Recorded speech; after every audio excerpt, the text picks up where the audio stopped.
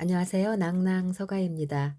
오늘의 책은 로보트 러프킨 지음, 유영훈 옮김, 내가 의대에서 가르친 거짓말들입니다. 오늘의 책은 정말 중요한 솜씨 컴퍼니 출판으로 건강을 책임진다고 믿었던 현대의학은 어떻게 우리를 병들게 하는가라는 부제가 붙은 내가 의대에서 가르친 거짓말들입니다. 식품 피라미드와 건강 상식을 따르다 몸이 망가진 모든 이를 위한 편향 없는 건강 필독서이지요. 오늘은 제 12장 건강 설계의 꼭지인 단순히 생활 습관을 바꾸기만 해도 병원에서 얻는 질병을 예방하고 개선할 수 있다 꼭지를 낭독해 봅니다. 만성 질환과 병증이 만연한 상황에 현대의학이 힘들게 대처하고 있다는 이야기를 내내 했다. 기성 의료계의 기존 접근법은 내가 이제껏 밝힌 여러 생각과 어긋난다. 그렇다고 새롭게 형성된 대립 관계는 아니다. 이런 충돌의 기원을 따지자면 현대의학 교육 체계가 틀을 잡아가던 시기로 거슬러 올라간다. 그때도 이론 전투가 벌어졌다.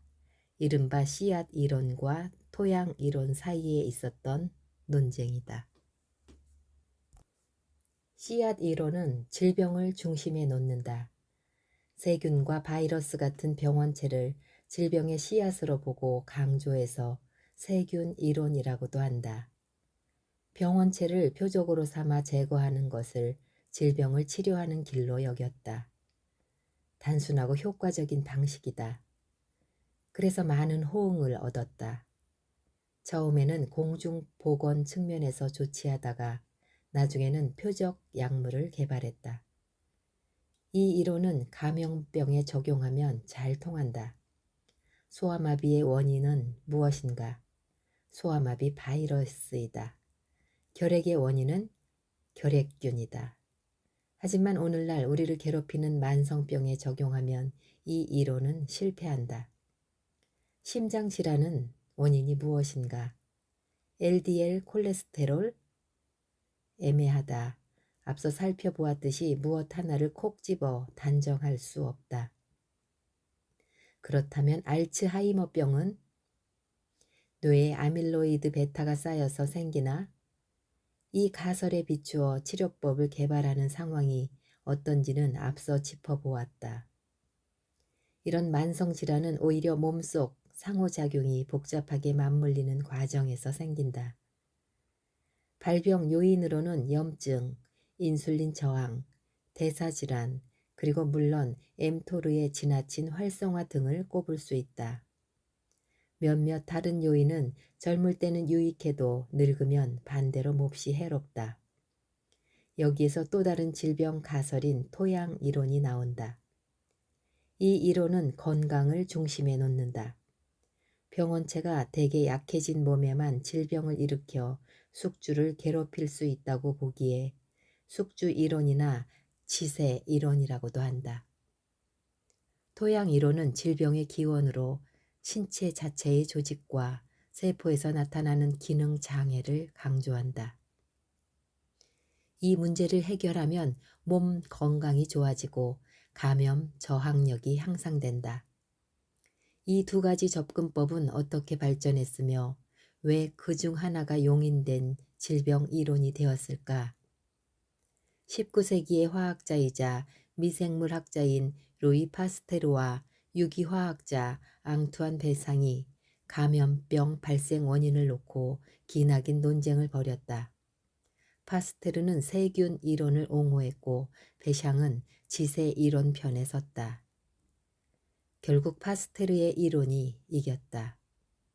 토양 이론이 관심에서 멀어지는 동안 씨앗 이론이 질병을 설명하는 모범 답안을 채웠다.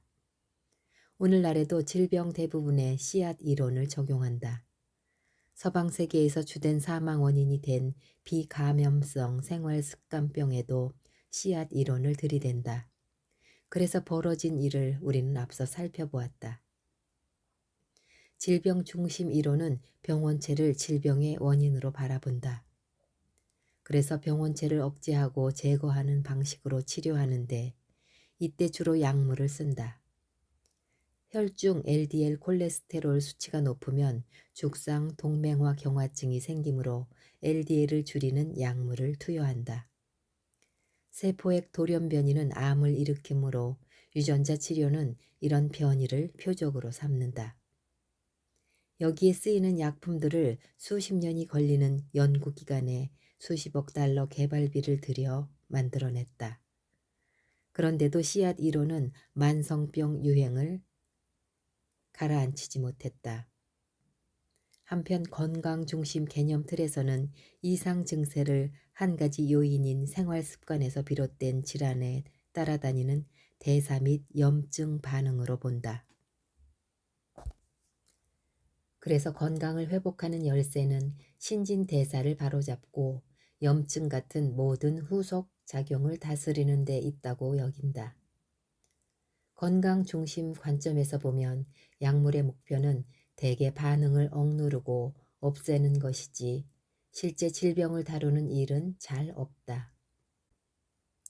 대신 신체 기능을 회복하고 최적화하는 데 목표를 두는 대사 전략을 쓴다.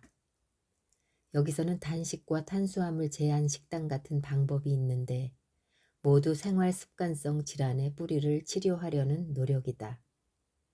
신진대사, 염증, 독소 등의 원인은 토양 요인인데 기성 의료계는 씨앗을 치료할 약물을 찾는 방식으로 접근한다.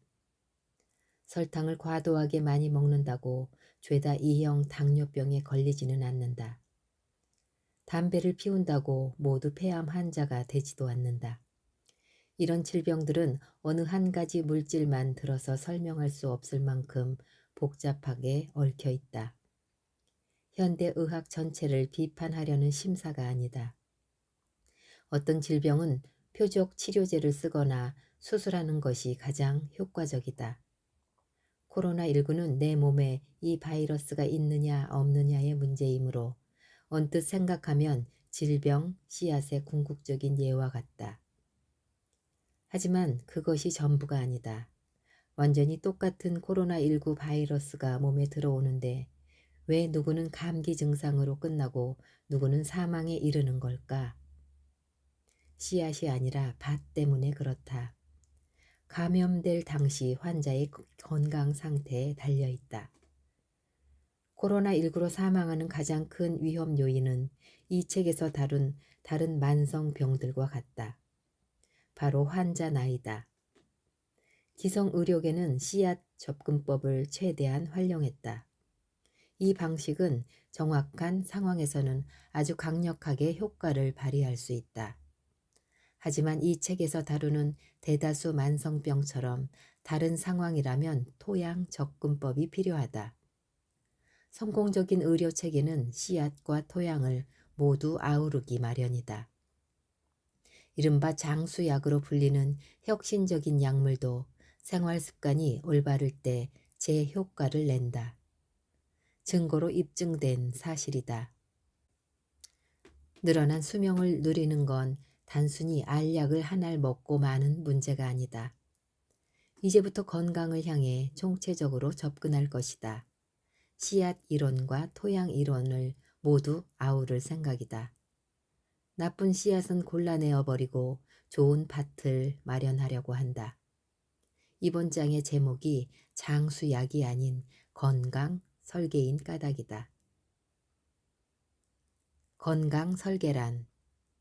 병원에 갔는데 의사에게 이런 말을 들었다고 상상해보자. 약을 써보기 전에 먼저 환자분 스스로 설탕, 곡물, 씨앗 기름은 드시지 마세요.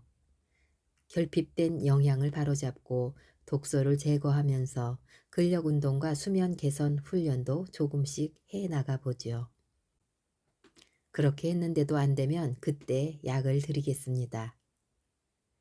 제약회사는 나에게 뒷돈을 찔러주고 효과도 없는 알츠하이머병 약물에 대해 환자 앞에서 떠들게 만들 수 있다. 그 약품을 처방하면 이번에는 또 보험회사가 나에게 보상을 해줄 터이다. 하지만 환자에게 생활 습관을 바꿔서 증세를 개선할 수 있다고 조언한다면 진료비 말고 내게 돌아오는 건 없다. 의사가 여러분의 건강을 챙기지는 않는다. 영양사가 내 몸매를 날씬하게 가꾸지도 않는다. 헬스 트레이너가 단단한 몸을 책임지는 일도 없다. 결국 자신에게 달린 문제이다. 설탕과 가공식품 중독에서 벗어나기는 어렵다. 그러나 중독된 결과로 생긴 비만, 당뇨병, 심장병, 암, 알츠하이머병 등과 싸우기는 더 어렵다. 증상이 나타날 때까지 기다리지 말고 미리 건강을 관리하자. 당뇨병, 고혈압, 이상치질혈증, 심장발작, 뇌졸중, 알츠하이머병, 암 같은 많은 질병은 상당히 진행될 때까지 증상이 없을 수 있다. 지금 시작하자. 계획을 세우고 시작하자. 건강 설계는 세 부분으로 나뉜다. 인류의 가장 오래된 치유 전략의 문부터 두드려보자. 바로 영양 선택이다. 건강 설계 계획 첫 번째, 영양. 영양은 일반인도 쓸 수 있는 아주 강력한 의료 도구이다. 무엇을 먹느냐는 우리가 매일 마주치는 선택이다. 만약 생활 습관에서 단 하나만 바꿀 수 있다면 그건 영양이어야 한다. 언제, 무얼, 얼마나 먹느냐가 건강과 수명에 엄청난 영향을 끼친다. 사람들은 건강하게 먹으라거나 식단을 개선하라는 조언을 듣고도 실패한다. 건강이 무엇을 의미하는지 두고 혼란스럽고 상충하는 말들이 세상에 난무하기 때문이다. 나는 영양 계획을 이렇게 제안한다. 내가 생각하는 건강한 식단은 이렇다.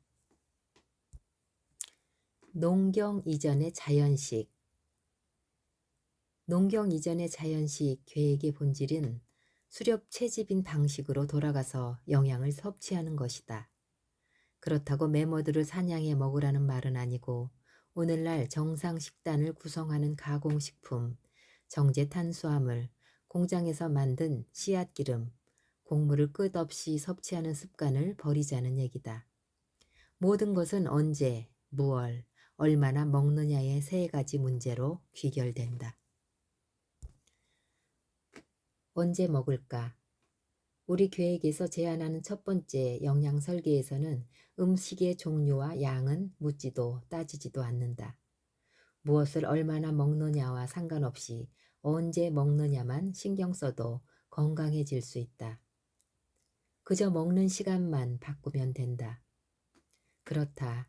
하루 중 음식을 섭취할 수 있는 시간대를 좁히기만 해도 더 건강해진다. 들판의 소처럼 종일 우물거리지 않는다. 밥이 보약이라는 말은 맞다. 하지만 이따금 진짜 보약은 밥을 굶는 것이다. 농업혁명이 일어나 사방에서 농사를 짓고부터 식품을 저장하고 하루 중 언제라도 먹을 수 있게 되었다. 하지만 이전에 살던 수렵 채집인 조상은 간헐적 섭식 방식으로 생존했을 것이다. 음식을 먹는 사이사이의 시간 간격이 상당히 길었을 법하다는 이야기다. 이렇게 해서 우리 몸은 케톤증 상태에서 지방을 연료로 태우고 토르를 줄이는 등의 유익한 대사 효과를 얻었다. 먹는 시간을 제한하면 과학적으로 좋다. 언제 먹느냐가 무얼 먹느냐만큼 중요할 수 있다. 한 무작위 실험 대상에서 음식 섭취 가능 시간대를 12시간 이상에서 8시간으로 단순히 좁히기만 했는데도 대사 건강이 좋아졌다. 여기서 다시 체중이 감소하고 이완기 혈압이 개선됐다. 무엇을 먹든 종일 우물거리지 않고 하루에 2끼니나 1끼니만 먹는 편이 좋다. 같은 음식이라도 한두 차례 많이 먹으면 조금씩 자주 먹을 때보다 더 건강하다. 더 날씬하고 건강한 몸이 만들어진다. 또한 연구진은 개에게 하루 한 끼만 먹여보았다. 그랬더니 인지 기능 장애가 줄고 내장과 치아, 뼈, 신장, 간 등의 질환 발생률이 감소하는 등 건강 전반이 개선됐다. 이런 결과가 개뿐만 아니라 사람도 성인이면 해당할 거라고 믿는다. 20년 전에 한 영양사, 곧 우리 어머니는 하루에 조금씩 6끼 정도를 먹으라고 말씀하셨다. 그래서 나는 과체중, 당뇨병 전 단계, 고혈압을 얻었다. 항상 배가 고픈 상태로 지낸 건 덤이었다. 지금은 반대로 일주일에 6끼 정도를 배부르게 먹는다. 1일 1식이 기본이다. 건강하고 배고프지 않다. 음식물 내용과 관계없이 음식 섭취 자체가 건강에 좋지 않은 걸까? 그렇진 않지만 어떤 식사든 염증과 인슐린 저항, 내장 투과성을 늘린다. 염증은 음식 섭취에 대처하는 자연스러운 보호 반응이다. 이물질이 몸에 들어오면 엠토르가 염증을 일으킨다. 아침부터 밤까지 식사를 하고 간식을 먹는다는 건 종일 엠토르를 켜놓는다는 뜻이다. 그러면 성견이나 성인이나 건강에 좋지 않다. 하루에 몇 시간씩 우리 몸을 쉬게 해주자. 음식 섭취 가능 시간대를 좁히는 건 좋은 전략이다. 12시간 안에 한 끼나 2끼 이상은 먹지 않는다. 음식 섭취 가능 시간대는 하루 6시간 정도가 가장 좋다.